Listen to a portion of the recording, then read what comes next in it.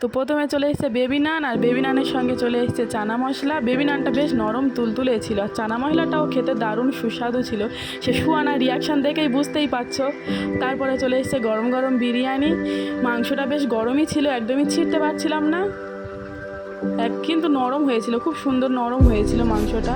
আর এই দেখো আমার মেয়ে খাচ্ছে, বিরিয়ানিটাও বেশ ভালোই হয়েছিল। আমার মেয়ে তো বিরিয়ানি খুব পছন্দ করে, কিন্তু আলু মাংস একদমই খেতে চায় না, তাই আলুও নেয়নি মাংসও নেয়নি। এই সবার প্লেটে বিরিয়ানি চলে এসছে, সুয়ানার প্লেটেও চলে এসছে, ওদিকে আমার বরের প্লেটে চলে এসছে, আর এই আমি খাওয়া শুরু করে দিয়েছি। আর তার সঙ্গে দিয়েছিল শসা, সালাদ। সালাদে কিন্তু শসা ছিল আর পেঁয়াজ ছিল, সঙ্গে টমেটো ছিল না, মনে হয় টমেটোটা শেষ হয়ে গিয়েছে। আর শেষ পাতে দিয়েছিল পাঁপড়, পাঁপড়ের সঙ্গে ছিল চাটনি। খাওয়া কমপ্লিট, সবার প্লেট খালি হয়ে গেছে, সুয়ানা এদিকে চাটনি নেয়। আর একদমই শেষ পাতে চলে এসছে আইসক্রিম। আইসক্রিমটা নিয়ে আবার আমরা বাড়ি চলে যাব। আর ওদিকে সেই খাচ্ছে আমার ননদ